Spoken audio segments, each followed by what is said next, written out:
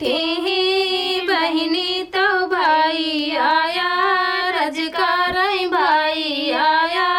रजकार हो बहिनी कावाना संकट तोरे जियरा जवाना बैठी रोयू जवाना बैठी रोयू हो बहिनी कावाना संकट तोरे जियरा जवाना बैठी रोयू जवाना बैठी रोयू हो भैया काऊ कहीं हम तुमसे बतिया कहता लाजा लागई कहता लाजा लगाई हो भैया काऊ कहीं हम तुमसे बतिया कहता लाजा लागई कहता लाजा लगाई हो भैया सासु तो कहती बाजिनिया नानादा बिरजा बासिनी नानादा बिरजा बासिनी हो भैया सासु तो कहती बाजिनिया नानादा बिरजा बासिनी नानादा बिरजा बासिनी हो भैया जे करमई बारी भी आई वही घरा सेनी कारई वही घरा सेनी कारई हो भैया जे करमई बारी भी आई वही घरा सेनी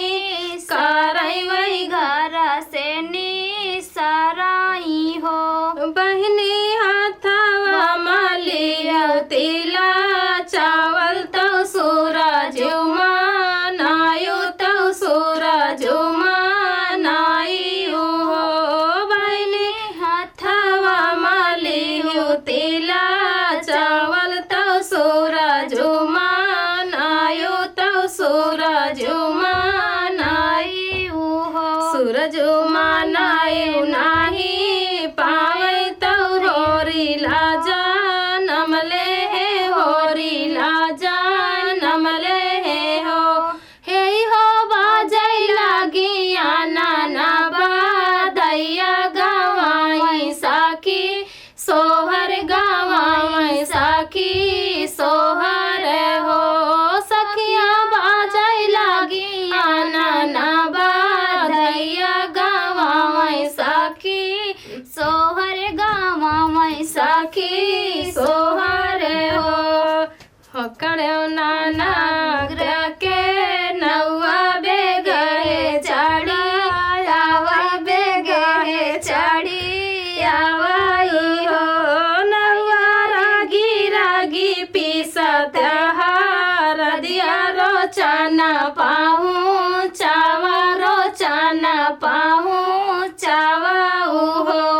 नौआ रागी रागी पीसत हार दिया रोचना पाहूँ चावाऊ रोचना पाहूँ चावाऊ हो पहला रोचना राजा दशरथ दूसरा कौशल रानी दूसरा कौशल रानी हो रामा तीसरा रोचना लक्ष्मण देवरा पापिया ना सुनावई पापिया ना सुनावई हो रामा तीसरा रोचना लक्ष्मण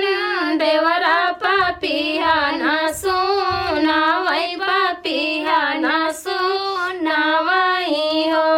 रामा राजा दशरथ देहे घोड़वा कौशल्या रानी यह बड़ कौशल्या रानी यह बड़े हो है यो दशरथ देहे सोनवा कई घोड़वा कौशल्या रानी यह बड़ कौशल्या रानी यह बड़े हो है यो लक्ष्मण देहे हाथे कैया गुठिया